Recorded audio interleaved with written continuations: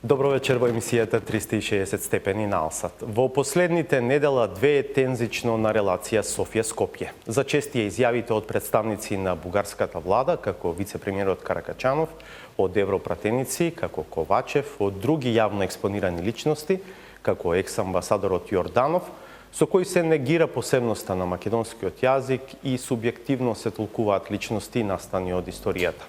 Дали оваа атмосфера влијае на работата на заедничката мултидисциплинарна експертска комисија за историски и образовни прашања или можеби е последица од досегашната нејзина работа? Во последните недела две е тензично на релација Софија-Скопје. Не може да давате изјави со кои од македонците правите непријатели или ги сметате за непријатели, а од другата страна викате дека сакате пријателство. Поедноставено, бугарскиот пристап е дека до Втората светска војна сме биле еден народ, а дека потоа некој решил да не скара оддели од бугарите и со декрет да не направи македонци. Тоа според мене како историчар е неприфатливо. Значи вие од ништо да создадете нешто.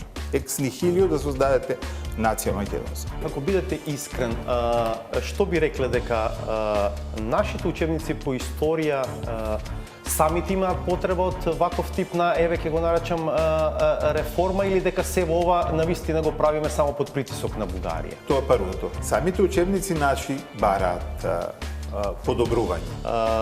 Дали албанците имаат за што да стравуваат од работата на македонско-бугарската и македонско-грчката комисија? Напротив. Напротив, нема дури, еве ќе ви кажам, отворено ќе споменам, една од забелешките наши беше како е третирано муслиманското население, како се третирани муслиманите во бугарските учебници. Останете на Алсат. Разговорот со членовите на заедничката историско-образовна комисија со Бугарија почнува по кратка пауза.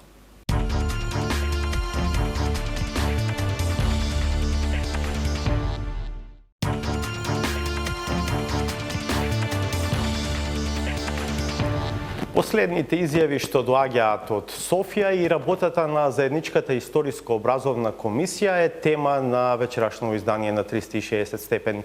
Во студиото со нас е Драги Ѓоргиев, председател или копредседател од македонска страна на заедничката комисија, инаку директор на Институтот за национална историја, член на МАНУ. Добро вечер, добре дојдовте.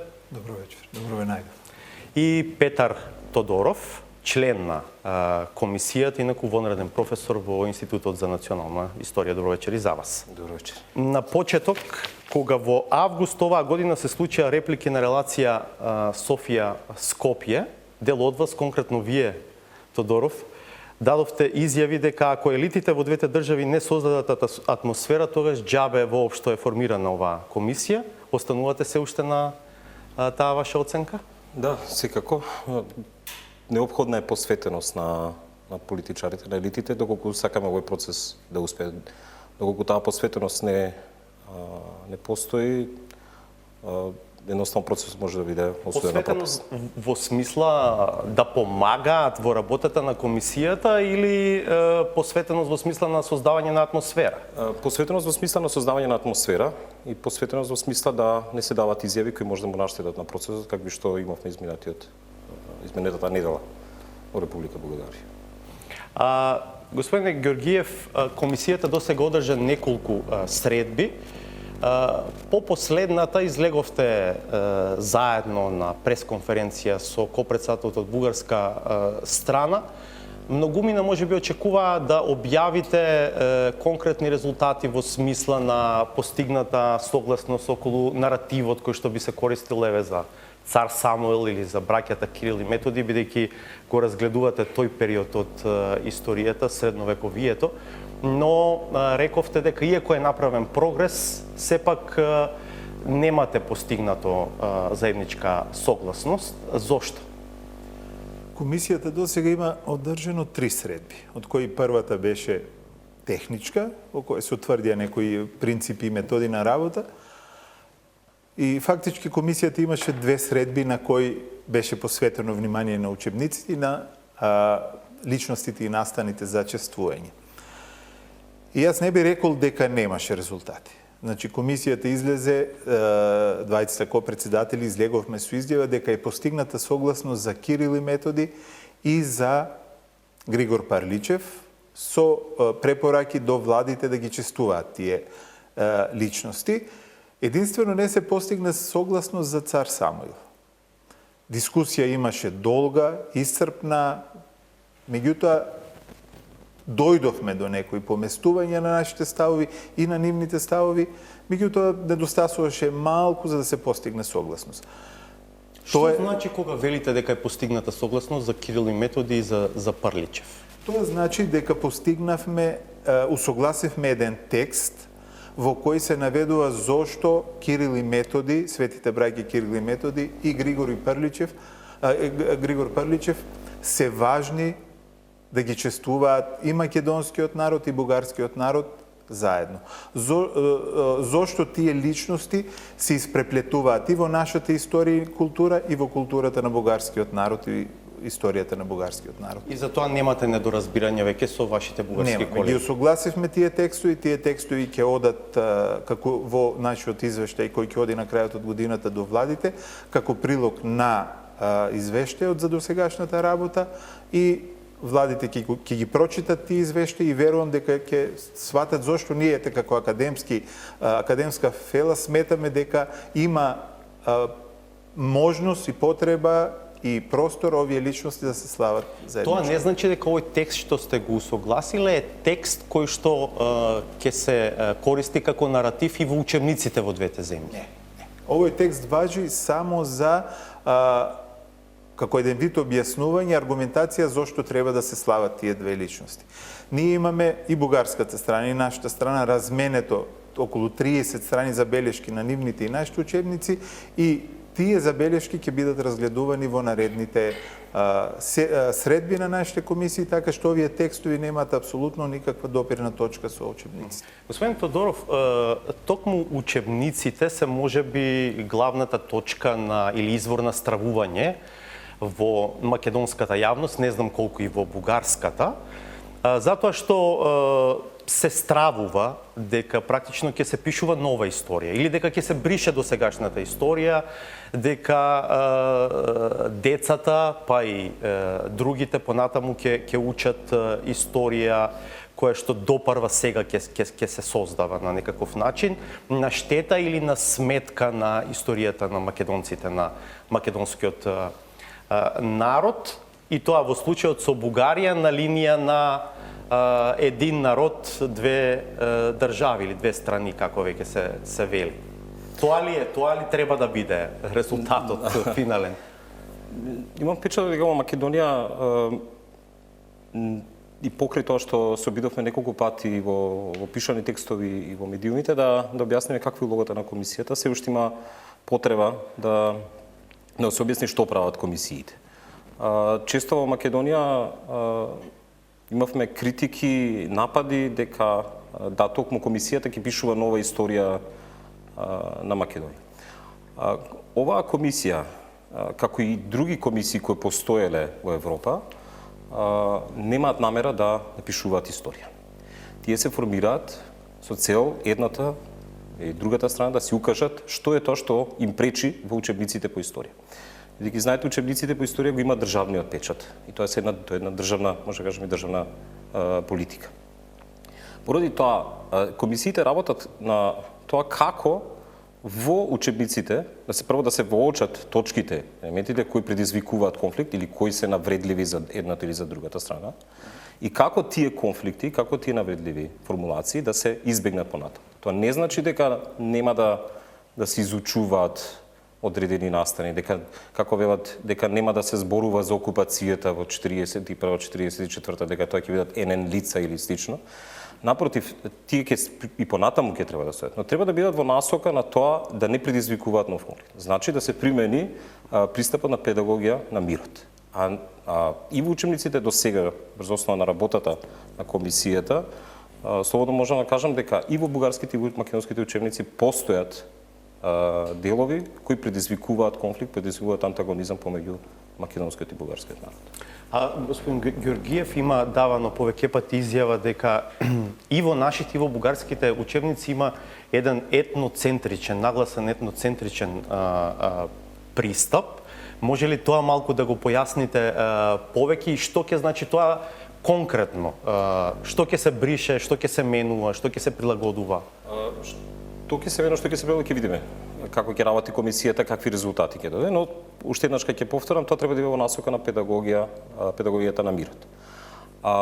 Македонските учебници, би рекол, македонските учебници не се етноцентрични, тие се бицентрични, бидејќи постојат два наративи, албански и македонски. Наратив кој буквално може да кажем дека се изолирани, како тие два народи да имаат, како да немаат некој заедничко општење во текот на во историјата. Кога зборуваме за етноцентрично, тоа значи дека се истакнува само историјата на едната таа заедница, без да се спомнат контактите со другите народи, со другите култури. Исто да го наоѓаме и во бугарските учебници. И таквиот општо пристап на етноцентричност е проблематичен. И оние современи пристапи на историско образование налага да се избегнуваат тие етноцентрични пристапи и особено пристапи во кои се гради континуитет на нацијата уште од антиката до денес. Значи не е тоа само случај со Македонија, тоа е случај со сите земји во регионот. Рековте дека се уште сте на средновековието. Што предвидува договорот околу динамиката на следните средби и на темите кои што ќе ви бидат на вас, на работната маса?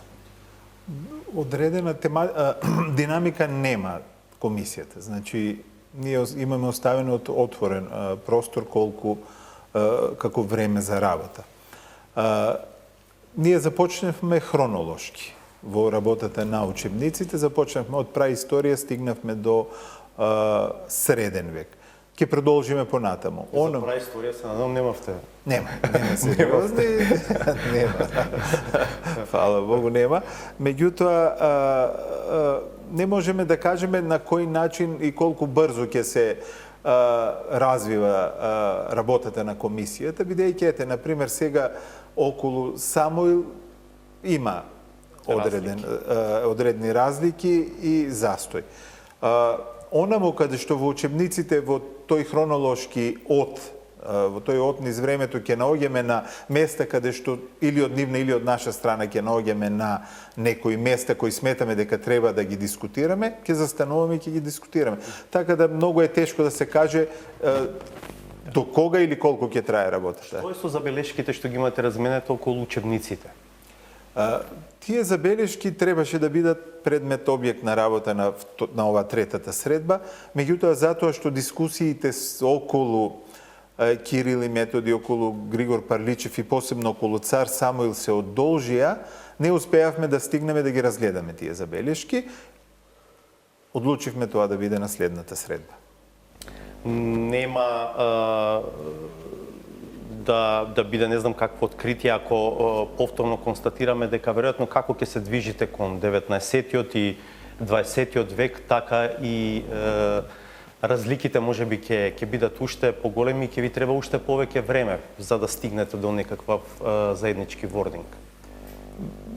Може да се предпостави тоа, јас тоа и го изјавив во една моја изјава го кажав, затоа што 19-тиот век е уште почувствителен од 20-тиот век и верувам дека тука ќе има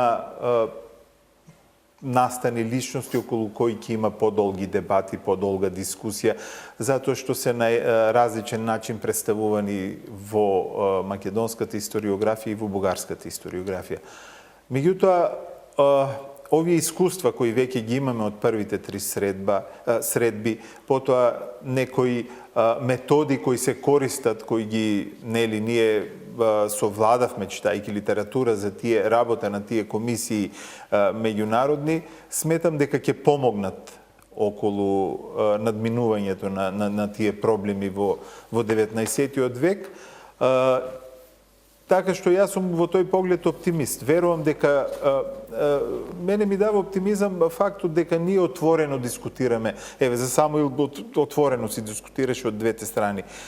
Кои се аргументите на бугарската страна, кои се нашите аргументи и верувам дека така ќе продолжи и понатаму. Постои една конструктивност и доверба меѓу членовите на двете комисии и верувам дека ќе продолжи и понатаму и затоа верувам дека и тие проблеми сериозни кои ќе наидеме во 19 век со еден соодветен пристап ќе можеме да ги постепено надминуваме. Слушам коментари конкретно за вас, за начинот на кој што лесно зборувате за толку се чини комплицирани и тешки прашања во историјата. Се разбира, зборувам за позитивните коментари. Предпоставам дека има и друг тип во насока на тоа дека еве некој тука сега распродава македонска историја и така натаму. И некако ќе си дозволам да коментирам дека изјавите кои што доаѓаат од членовите на Македонската комисија се многу умерени отколку некои изјави кои што доаѓаат од членови на Бугарската комисија. Како е на маса кога разговарате? Многу коректно и многу конструктивно. Морам да кажам, до сега немавме, да не кажам инцидент е тежок збор, немавме повишени тонови на масата, посебно на последните две средби кога веќе навлеговме во материјална дискусија. Апсолутно држиме едно високо академско ниво, мора да признам, и тоа се запазува и од страна на Бугарската комисија и од наша страна. Некако имаме некој флуид, барем јас така чувствувам, можеме да комуницираме на едно професионално, професорско, академско ниво и тоа, мислам, се отсликува и во работата на комисијата. Колку да изгледа дека ние немаме постигнато големи резултати за кои бевме на извесен начин обвинети пред неколку дена. Меѓутоа, ако имате во предвид дека ние последните од втората до трета средба, 2,5 месеци, немаше ни толку, ние прегледовме околу 13 учебници, ги анализиравме, вадевме забелешки, ги разменивме, мислење разменивме меѓу себе, со наши стручњаци кои работат на одредени области околу кои, се разбира, ние не може се да знаеме, околу кои ни треба консултации. Тогаш ќе се види дека ние не сме завршиле мала работа. Она што ќе излезе од средбата како договор меѓу членовите на заедничката комисија е најважното. Затоа ние сме тука многу внимателни како ќе кажеме и што ќе кажеме пред јавноста. Понекогаш и некажувањето, нели, кажува многу. Меѓутоа сме многу внимателни и тоа мора да биде, и согласни сме од двете страни, дека мора да биде на академска основа, на научна основа. Не може ние да испорачаме политички договор. Ако мислат дека со две средби може да се реши еден спор од 6 децении, тогаш еве ги политичарите, нека се договорат, нека донесат одлуки, нека се применуваат. Меѓутоа овде постои една дебата сериозна, научна, која мора да се почитува. Тодоров, вие сте релативно млад научник, образован надвор. Дел од вашето образование го имате стекнато во Франција, во дел од интервјуата, изјавите што ги давате, се обидувате да направите разлика меѓу еден модерен историографски пристап и класичен. Го имате и го делите ова чувство на председателот на комисијата дека навистина има флуид и се разбирате со вашите бугарски колеги во таа смисла? Видете, и двајца историчари да седнат со иста школа, ти можеби ќе дојдат во еден момент во расправа, нели, за одредени работи. Се разбира дека се сложувам со тоа што Драги го спомна, и се разбира дека на тие средби има одредени недоразбирање во однос на пристапот, во однос на тоа како ја толкуваме историјата, како ја гледаме историјата и нејзината улога во современите општества, што е една од причините, нели, зашто и ние толку се одолживме, зашто се уште не можеме да дојдеме до некој заедничко образложение за цар Самуил конкретно. Но тоа не значи дека немаме, нели, нема некој прогрес и нема ни да има во иднина. Тоа што се случува на работата на комисијата не е ништо ново. Тоа се истите искуства ги поминували и другите држави. И таму имало несогласувања каде треба да се надминат тие исклучиви национални наративи за да се дојде до некоја си формулација кој ќе споменувате други држави, кои се најдобри примери во таа смисла? Па сите ние често Германија и Франција ги слушаме. Да, ние често ги слушаме Германија и Франција, па имаме одговор дека тоа не е конкретен, не е соодветен пример за Македонија, при тоа не ми е јасна баш аргументацијата зошто е тоа така.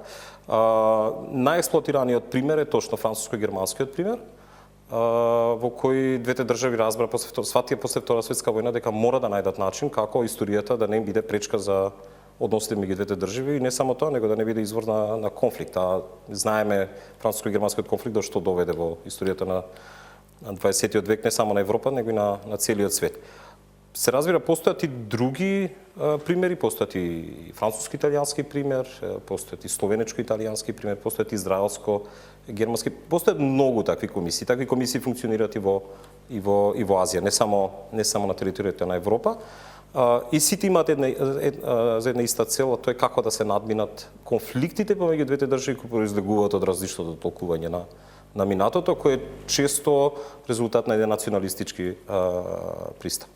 Ќе направиме пауза, па ќе ја продолжиме дебатата. Благодарам за сега. Бидете на нас.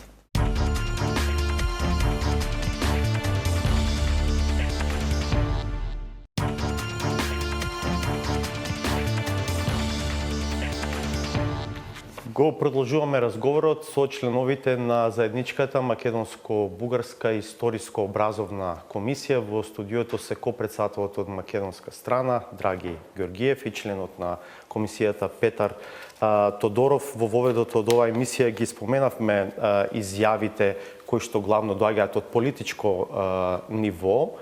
Вице-премиерот во Бугарија Каракачанов е актуелен деновиве, на него се придодадоа и некои други политички представници од соседната земја, европратеникот Андреј Ковачев. Се чини дека политиката во Македонија избра да биде воздржана и внимателна и да не влегува во содржинска расправа на она што Каракачанов го дава како изјави. Дали од позиција на член на комисијата би имале што да кажете? Таа изјава на министерот на бугарската влада Каракачанов многу мене коментираат како изјава за натрешна употреба, нели? Барем од она што очитаме, сепак колку и да е таа за натрешна употреба, сепак таа има силно влијание на процесот. На процесот и тоа мислам на негативно влијание. Од тука затоа постојано во секоја прилика се обидам да спомнам дека потребна е таа посветеност на елитите за да може да профункционира договорот, за да може договорот и работата на комисијата да дадат резултати, доколку стварно навистина двете држави, двете општества сакаат да градат пријателство. Таа изјава е проблематична, сега како историчар кога ја толкувам, таа е проблематична од неколку аспекти, меѓу другото нели бара и анекс на договорот, што е малку чудно да еден договор дава толкување на историјата и тоа е повеќе некои си размислувања кои произлегуваат од некои авторитарни, а не од демократски побуди. И сега доколку навистина сака да се постигне пријателство, како што неколку пати изјавувал министерот Каракачанов, тогаш треба да се работи на тоа. Треба да не може да викате дека да дават изјави, не може да дават изјави со кои од македонците правите непријатели или ги сметате за непријатели, а од другата страна да викате дека сакате пријателство. Тогаш имам впечаток дека со такви пријатели и непријатели не ни се потребни. Затоа мислам дека е потребно многу да внимаваат политичарите и да навлегуваат во процесите кои се ете дадени нели на комисијата да ги решава, така да кажам. Ковачев, конкретно господин Георгиев, реагира за Самуил и за Прличев. Вели, не тврдам јас дека цар Самуил е бугарски цар, туку автентичните артефакти од таа ера, како што е битолскиот надпис, го докажуваат тоа. Не тврдам јас дека Григор Прличев е бугарин, туку самиот тој, додека бил жив, оставил такви писмени документи. Па во својата објава понуди и некакви наводно историски артефакти кои што тоа треба да го докажат. Вие ги знаете, ги имате видено. Дали се тоа крунски докази во прилог на оваа теза? Ако Ковачев смета дека се тоа крунски докази за докажување на идентитетот на денешните македонци, тогаш јас не би имал коментари. Тоа е илузија да смета дека на тој начин тој може да докаже дека идентитетот на денешниот македонски народ е бугарски, нели?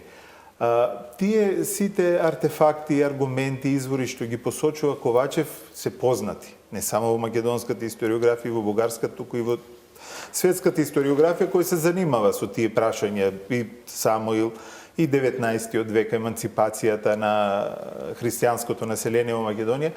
Секој што го проучува Самуил или Парличев, ја знае Битолската плоча, ја знае автобиографијата на Григор Парличев. И знае дека се употребени етнонимите, термините бугари. Бугарски самодржец на Битолската плоча. Таа плоча е објект на истражување од 50-тите години. Значи 60 години се истражува и не е ништо ново.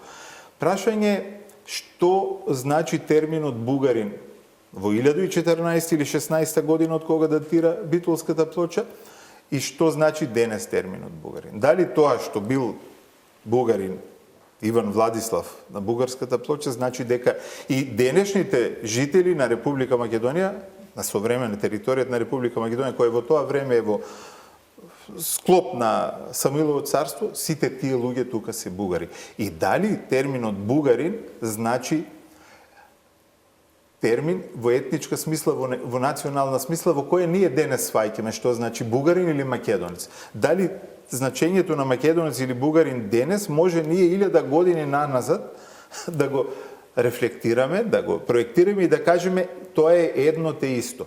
Бугарин во 1014 година и бугарин во 2014 година е едно те исто. Тоа е апсолутно неприфатливо за современата историска методологија за теориите за развојот на нациите. Тоа значи дека нациите се едно група луѓе кои се создадени пред 2000 години и патуваат низ времето без при тоа да имат никаква еволуција, никакви промени. Оно што биле македонците, да кажам, пред 2000 години од времето на Самуил и денес, тоа е едната иста нација. Исто важи и за бугарите. Значи, мора да внимаваме кога ги користиме изворите. Ние мора да ги толкуваме изворите во соодветен контекст, политички, временски, општествен, културен. Не може да, ако тој бил самодржец на бугарската држава, ако таа Самуилова држава на територијата на современата денешната територија на Македонија, ја продолжува царската традиција на бугарското прво царство, дека тоа е таа иста бугарска држава, дека тоа е истиот бугарски народ и дека сите што влегуваат во таа држава се бугари.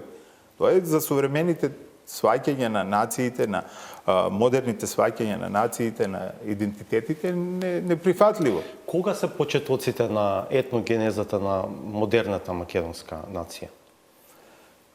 Јас никогаш не сум го сакал тој избер етногенеза. Не знам на кој начин тој збор може да се свати и што тој всушност опишува. Меѓутоа, генерално националните идентитети се современи категории. Тие се категории кои почнуваат да се создаваат во 19-тиот век, посебно на Балканот и во 20-тиот век. Така да процесот на создавањето на современата македонска нација, на она денес што е современа нација, треба да се бара негде во 19-тиот век.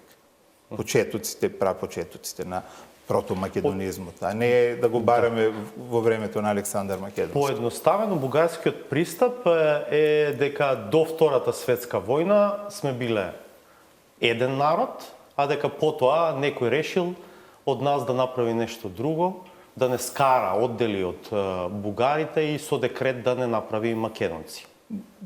Тоа, според мене, како историчар, е неприфатливо. Значи, вие од ништо да создадете нешто. Екс нихилио да создадете нација македонска. Ако се погледнат изворите во 19-тиот век, вие ќе видите дека има процеси на пројава на македонски протоидентитет, протомакедонизам, луѓе кои се чувствуваат поинаку, па дури и во регионално да смисла, да кажем. Тие потекнуваат од оваа територија и веќе се поразлични од оние кои живеат на бугарска територија.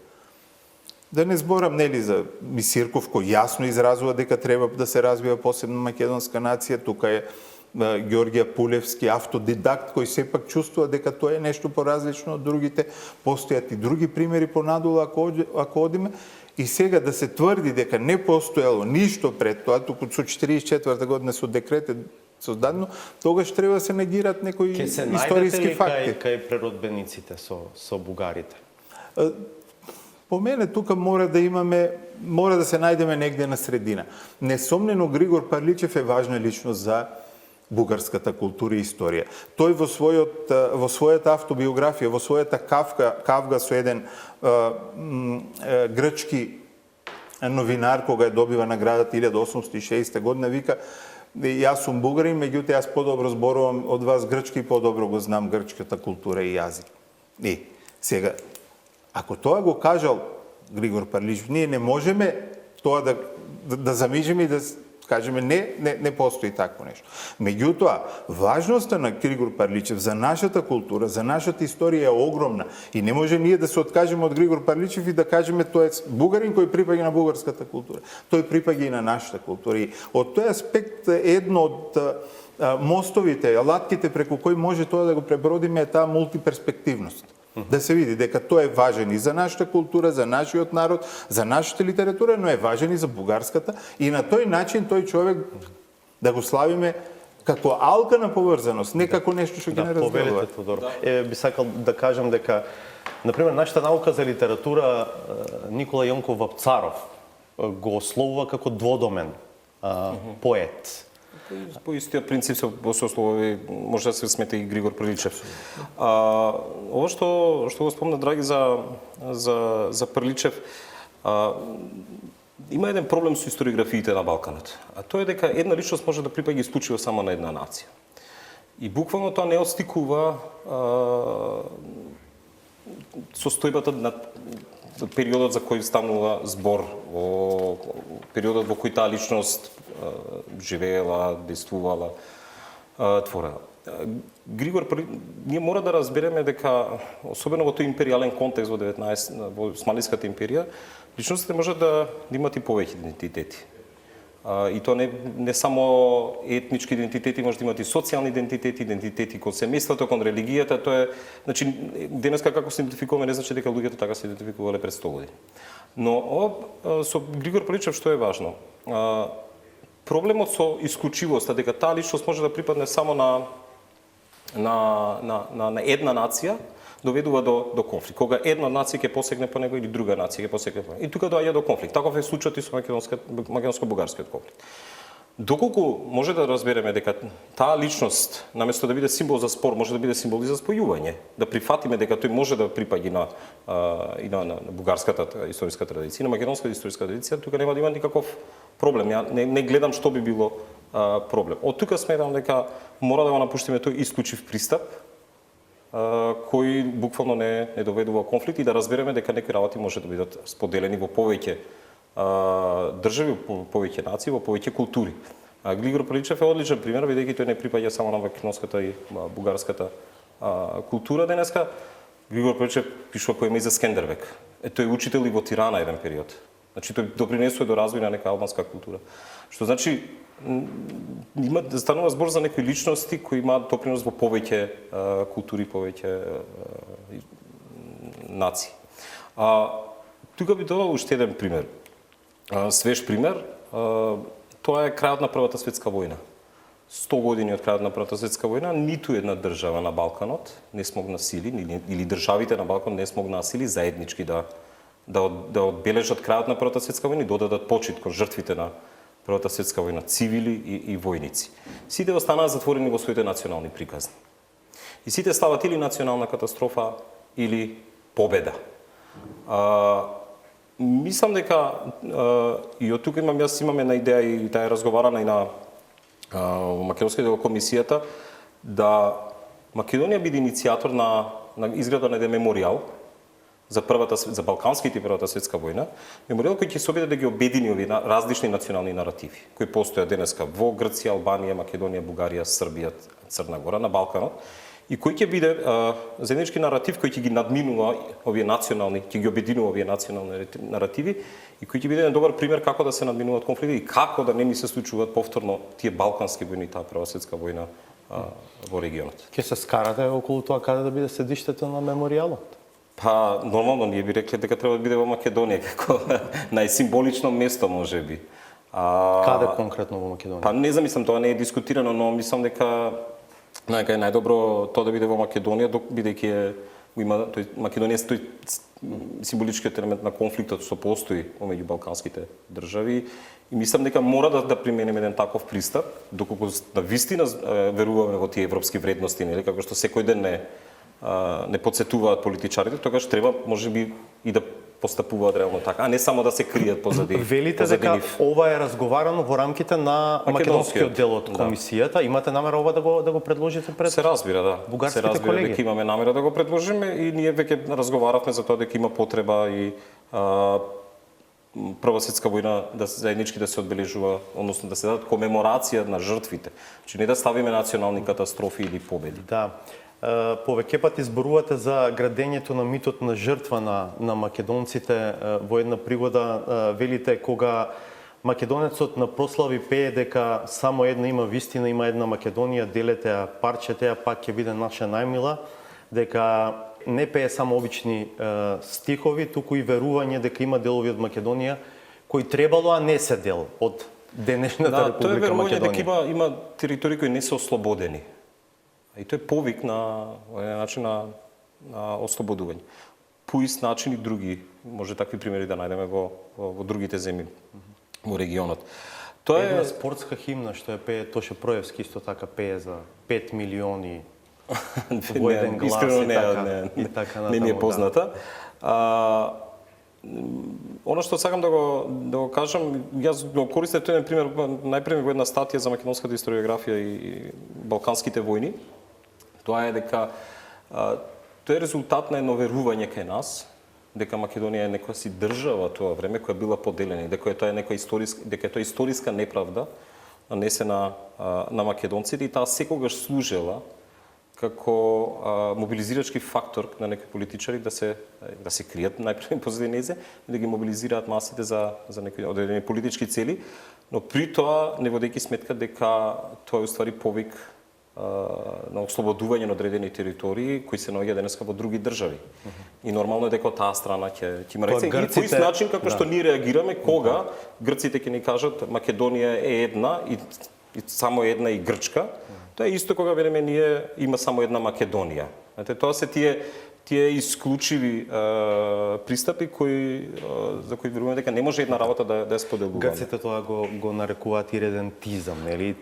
Барат гарантии и откажување. Да, па по ист начин и ние го нарекуваме иредентизам, тоа што грците го велат дека има само една, нели, Македонија, таа е грчка Македонија. И тоа е иредентизам по ист начин како што е и ова кај нас. Господин Георгиев, комисијата мора да испорача резултат? Не. Може на крај да немате договор, ниту за учебниците. Да, не сме обврзани дека мора да испорачаме. Имате обврска само да рапортирате до владите. До владите дека сме се согласили или не сме се согласили за нешто, за оно што сме се согласили да доставаме формулација на кој начин сме успеале да постигнеме согласност, а за оно што не сме се согласили едноставно ќе кажеме не успеавме да постигнеме согласност. Кога треба првиот извештај да биде? Првиот извештај ќе биде на крајот од овој месец, до крајот на годината. Јас колку што знам треба да има заедничка седница на двете влади некаде во Бугарија и како што беше една овде ова година, мислам, во Македонија имаше една заедничка. Во Струмица, мислам, дека беше, да. Сега во Бугарија и мислам дека таму ќе не повикат двајците ко-председатели да ги поднесеме нашето. Како е вашето чувство дека на крај сепак ќе излезете со некаков резултат од сево ова?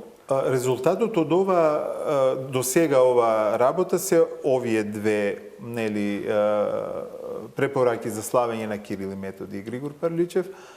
Забелешките стојат, ќе бидат обработени негде, верувам во февруари ќе имаме веќе четврт состанок кој ќе бидат анализирани тие забелешки.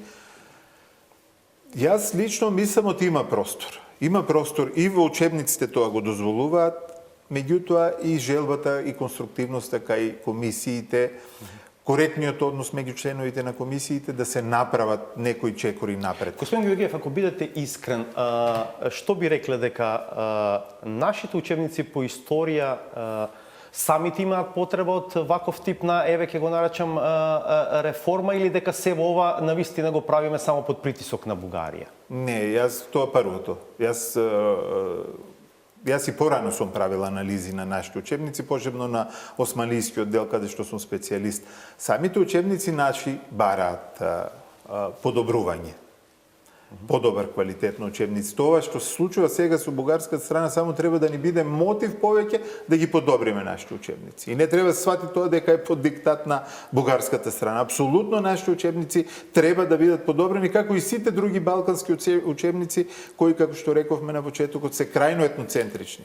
Крајно етноцентрични. Во координација сте со Македонско-грчката комисија, да не дојдете во судир, да договорите нешто, па потоа грците да имаат проблем? Не, во координација сме секако, се разбира, но кога станува збор дека кога ги применувате овие принципи на работа, да реформите некако што спомна драги, иначе терминот кој се користи во светот е ревизија, иако кај нас е толкова негативно, сепак ревизија позначува подобрување на учебниците, не значи дека нешто се прави на штета на нацијата или на државата, на општеството. Да, сме во координација, но во координација во смисла дека ние го имаме тој пристап дека учебниците треба да се дадат препораки до соодветните министерства како учебниците да се подобрат, како тие не би биле извор на конфликт. Ние не сме комисија за утврдување на факти или па комисија за цензура, која треба да дава точни насоки, вака треба да пишуваат учебниците или така не треба да пишуваат учебниците. Од тука да сме во координација, во оваа смисла сме во координација со грчката. При крај сме, имам уште едно прашање, бидејќи станува збор за сложено општество во етничка смисла, нашево. Дали албанците имаат за што да стравуваат од работата на македонско-бугарската и македонско-грчката комисија? Напротив. Не. Напротив, нема, дури, еве ќе ви кажам, отворено ќе споменам, една од забелешките наши беше и како е третирано муслиманското население, како се третирани муслиманите во бугарските учебници. Од друга страна, подобрувањето на квалитетот на учебниците во Македонија треба да биде во насока и како тоа да се подобрат тие историски наративи кои се однесуваат на македонците и на албанците во учебниците и од нивните меѓусебни односи, како учебниците не би биле исто така извор на конфликт помеѓу македонците и албанците во Македонија. Добро, пред вас не е ни малку лесна работа, дел од неа е, како што велите, сте отпочнале, дел сте ја завршиле, сигурно ви предстојат средби со колегите од Бугарија, да веруваме дека во духот на она што почна да се создава и да се креира, иако има осцилации горе-долу цело време, дека на крај ќе стигнете до некаков заеднички јазик во името на подобри, порелаксирани односи меѓу народите во иднина. Јас само сакам да кажам, мене ми е драго што тие осцилации не ги прават историчарите или академската фела, туку политичарите, кои апсолутно ништо не читаат и кои тргнуваат од некоја своја политичка логика. И тука мислам дека има се уште една коректен однос и од бугарски, од наша страна, и се додека е така, мислам дека ќе може да работиме. Имате притисок од, да кажам, или забелешки од дел од вашите колеги во Институтот за национална историја, некои кои што не се согласуваат со овој очигледно е полиберален пристап кон темите и личностите од историјата? Би било чудно да нема. Имаме, секако дека има. Повеќе тие забелешки и се присутни на социјалните мрежи, кои понекогаш преминуваат и во невкус дури. Меѓутоа има и луѓе кои сосема коректно разговараме и отворено не се согласуваат, меѓутоа тоа го прават на еден коректен, професионален, академски начин. И тоа е и едното и другото за нас е корисно. Морам да признам дека ова што го слушаме од вас во последните месеци, бидејќи сте почесто присутни во медиумите, сосема еден различен дискурс од она што го слушавме во изминатите 10-12 години, во кои што гледавме се и се што на телевизија, од тоа како македоноидите биле предходници на белата раса. Може би затоа што медиумите не се обратиле до нас. Зашегувам. Но би додал дека, ново што кажа, дали уште би додал дека исто овие критики до некогаш се и потребни во општеството, да има критики, но тие критиките беа засновани на аргументи, не само на лични навреди, на лична основа или омаловажувања. Честно е да се спомне дека по принципи во Бугарија дел од колегите во бугарската дел од комисијата беа напаѓени дека исто така они може да се откажат од таа политика на Бугарија или таа историја бугарска во Македонија. Мислам дека е честно да се спомне и тоа.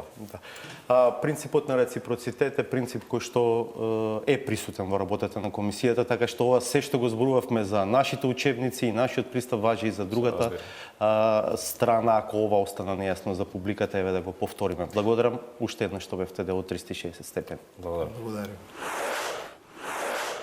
До редакцијата на 360 степени пристигна реакција од невладината Нансен диалог центар за изјавата на министерот за образование Арбар Адеми, емитувана во нашата емисија на 3 декември. Од Нансен диалог центарот велат дека од нив било побарано новите наставни програми да бидат адаптирани на постоечките учебници, како и новите наставни програми да се спојат со постоечките во 4-то или 5-то одделение. Барањата на министерот не беа прифатени од наша страна поради фактот што станува збор за целосно различни концепти на постоечките, Кембридж и новите програми. Несериозно е министер за образование да даде изјава дека Нансен диалог центарот како невладина организација има одговорност за неспроведување на започнатите реформи во основното образование, без да ги спомене вистинските причини за стопирање на целиот процес или да не даде објаснување зошто мора по секоја цена постоечките учебници да останат во употреба, пишува во реакцијата. Наред е саботажата. Да ја видиме.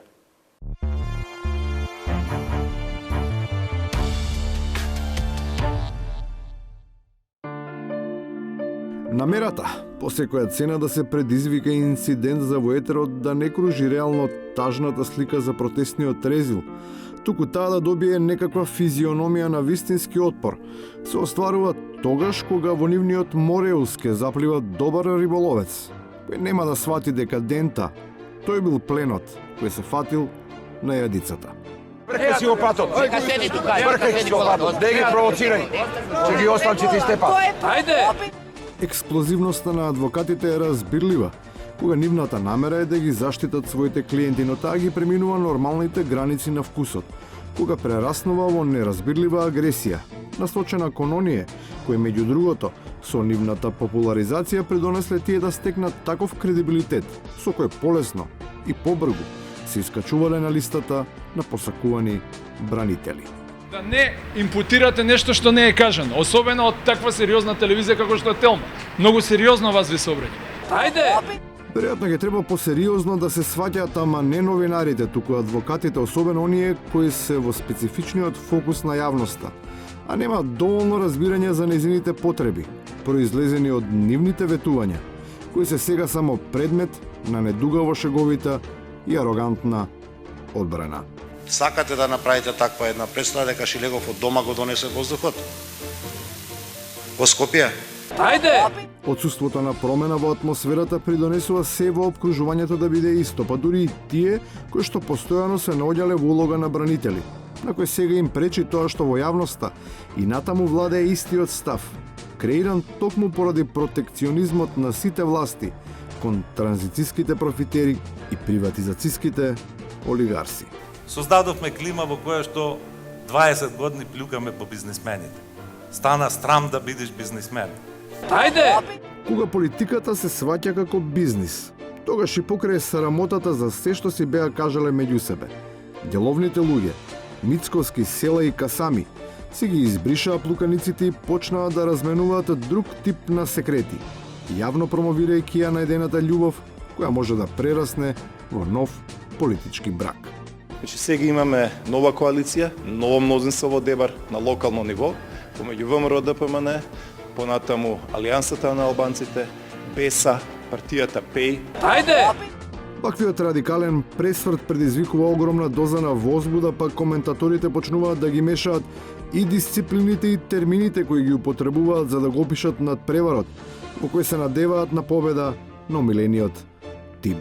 И финале, кога ги тушираше, значи сет меч и туш на крајот, што се вика во гейм сет меч. И на крајот, редно време беше. Ја да ви кажам право, веќе мене ми е смачено.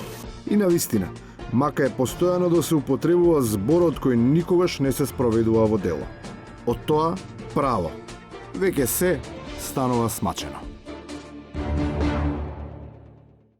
Толку за вечерва. Благодарам што бевте со нас. Се гледаме в понеделникот 22. Останете налса да ги видите и вестите. Пријатно.